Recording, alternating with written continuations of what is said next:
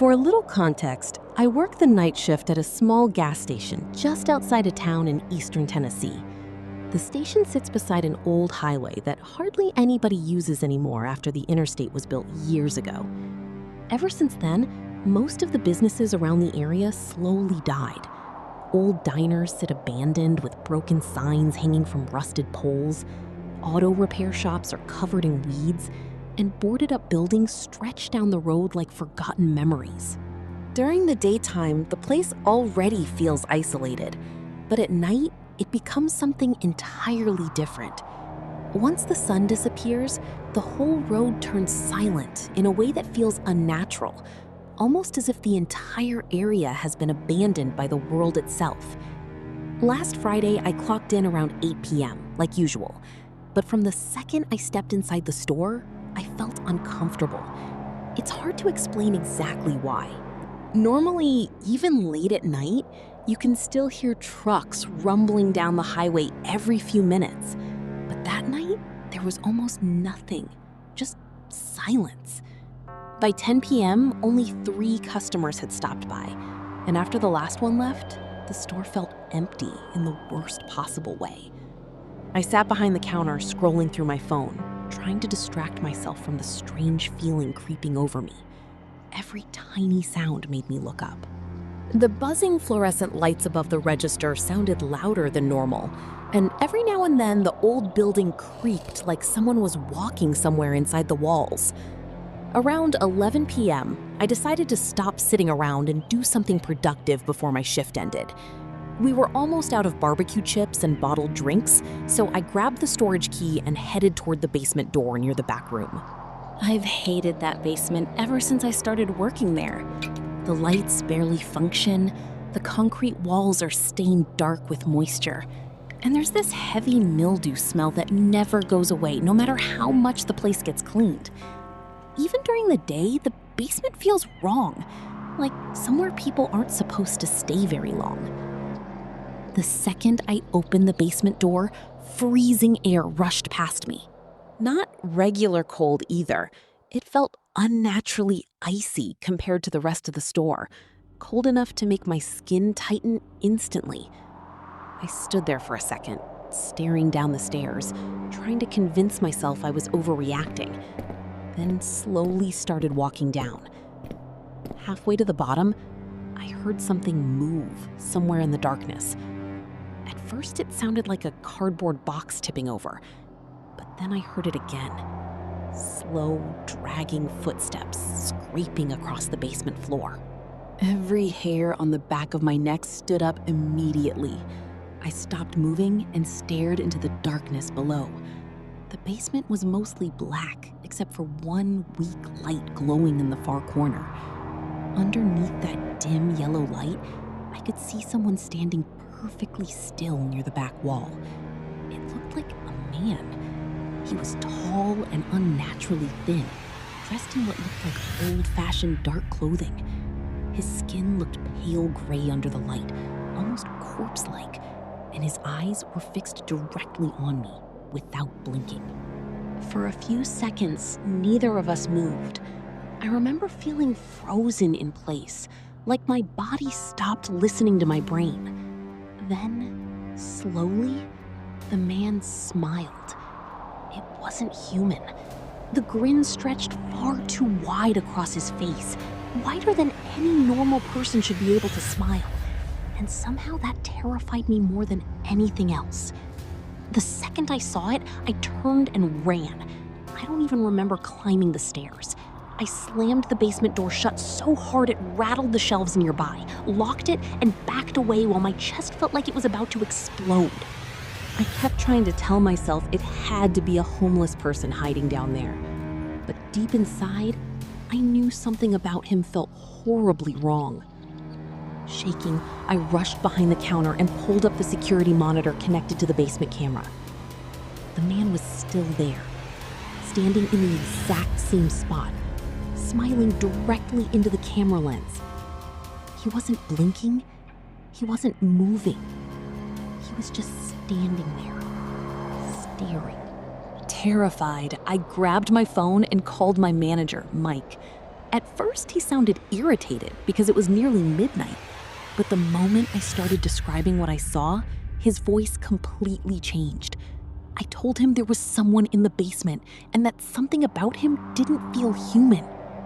For a long moment, Mike said absolutely nothing. Then, in a low, serious voice I had never heard from him before, he said, "Don't go back down there." The way he said it scared me even more than the thing in the basement. I asked if I should call the police, but he immediately told me no. Instead, he said he'd be there in 15 minutes and told me to lock the front doors until he arrived. While waiting, I couldn't stop staring at the monitor. The man never moved once. He just stood there, smiling into the camera, as if he knew I was watching him. Then suddenly, the screen glitched with loud static for a couple seconds.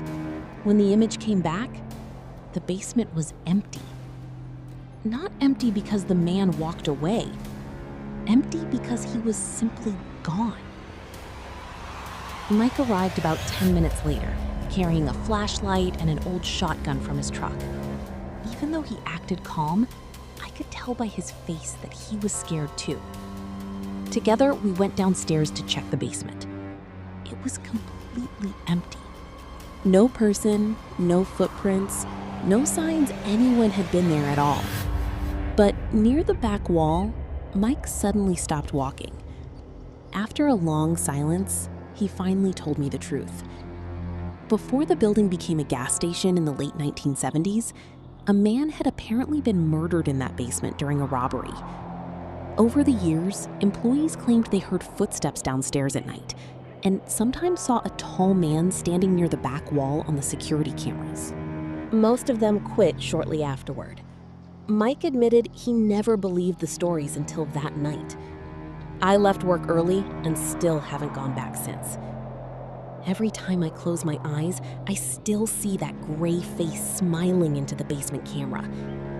And yesterday morning, Mike texted me saying the basement camera completely died around 3 a.m. The last frame before the feed cut out forever showed the same man standing there, smiling directly into the lens.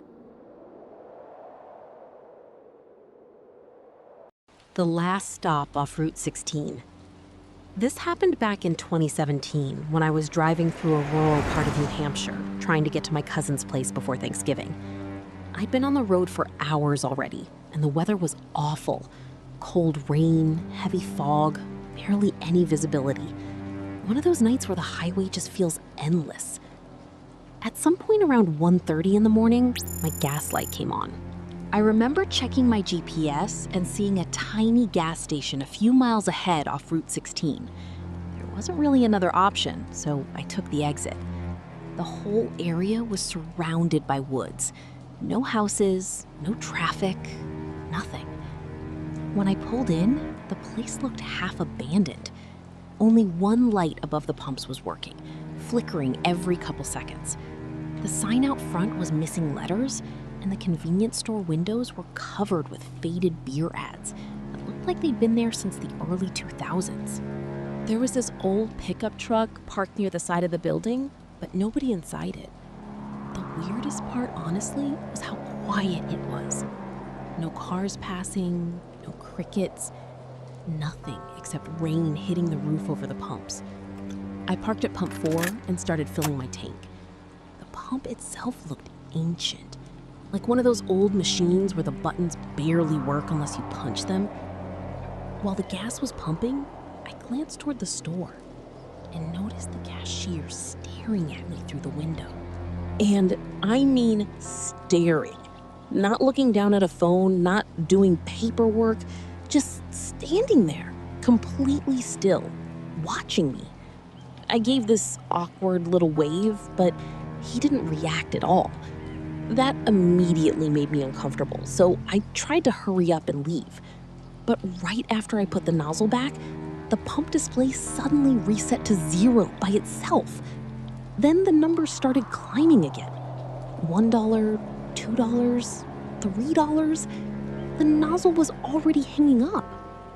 I remember just standing there, confused, trying to figure out if the machine was broken or something, when I heard a voice behind me quietly say, "Don't go inside."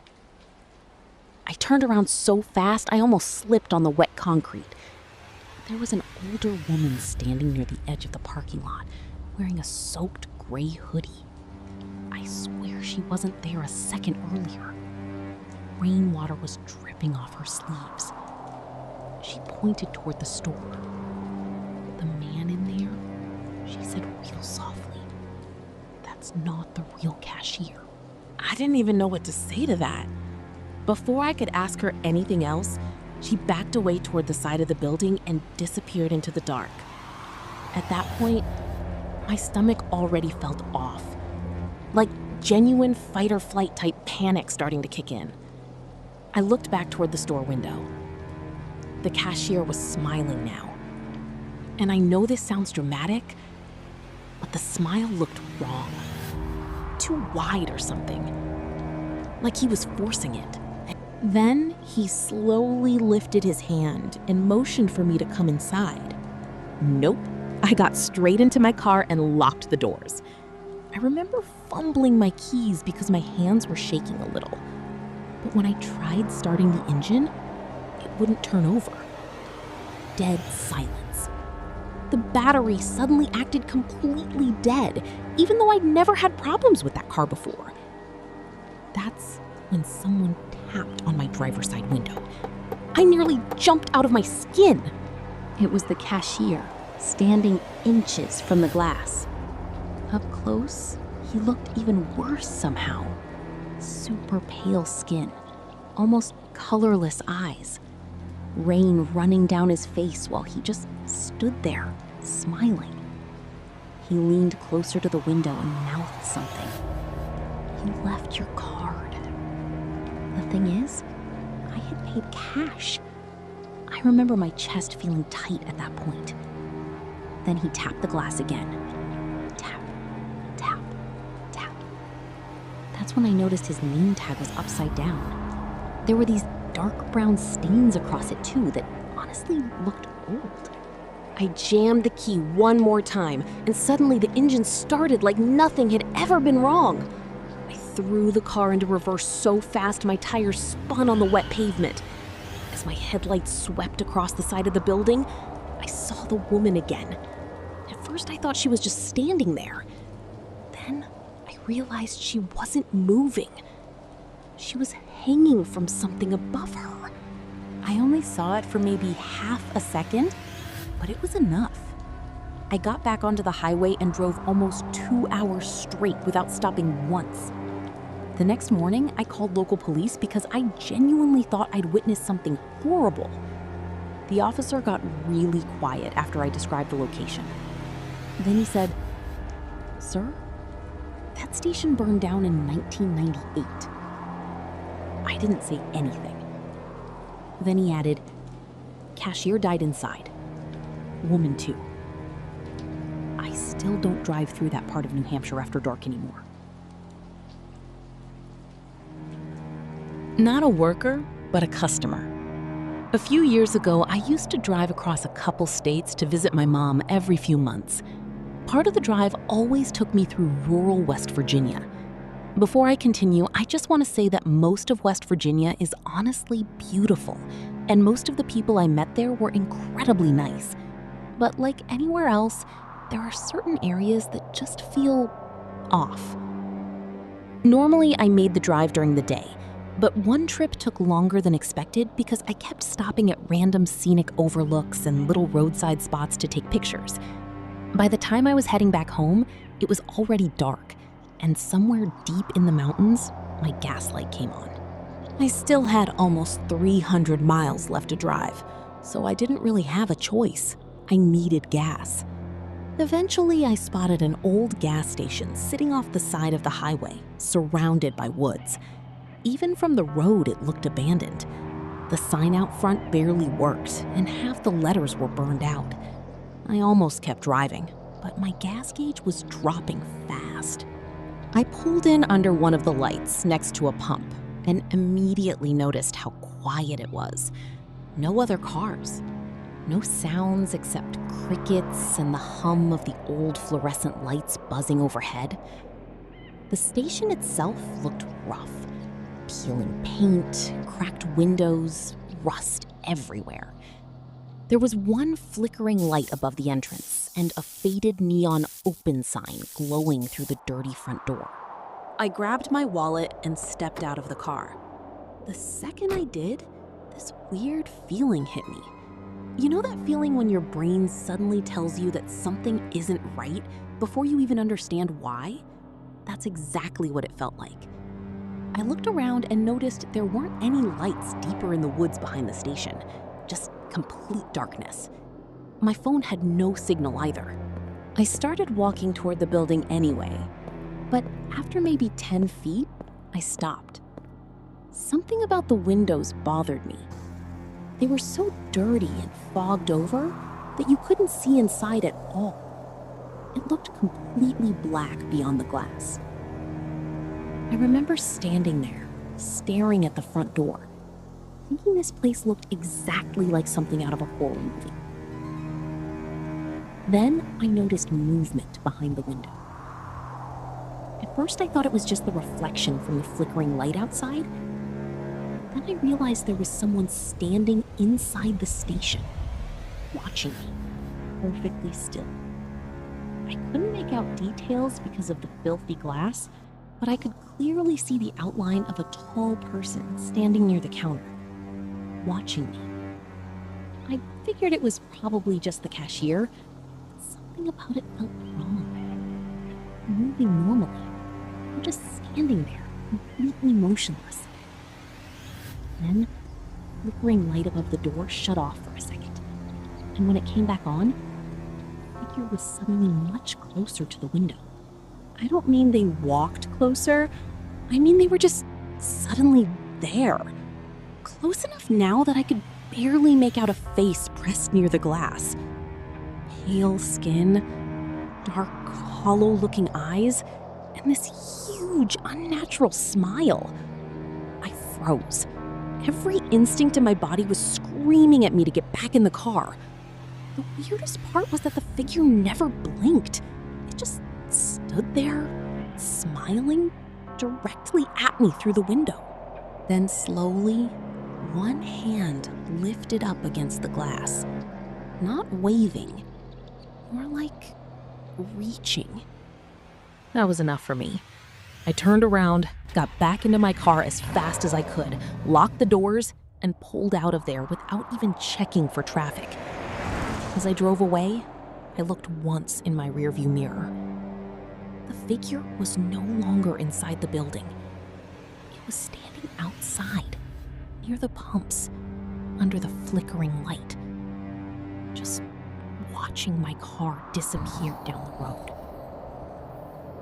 About 15 minutes later, I found another exit that led into a small town with a normal 24-hour gas station. While I was pumping gas there, I mentioned the old station to the cashier and asked if it was still open. The guy looked confused for a second before asking which station I meant. When I described it, his face immediately changed. Then he told me that station had shut down years earlier after the owner died there alone during a winter storm. According to locals, people still reported seeing lights on there late at night, even though the power had supposedly been disconnected a long time ago. I didn't sleep at all that night after getting home. And to this day, I still think about that smile behind the glass every time I drive through West Virginia. If you made it to the end, thank you for watching. Which of tonight's stories disturbed you the most? Let me know in the comments below. I read every one.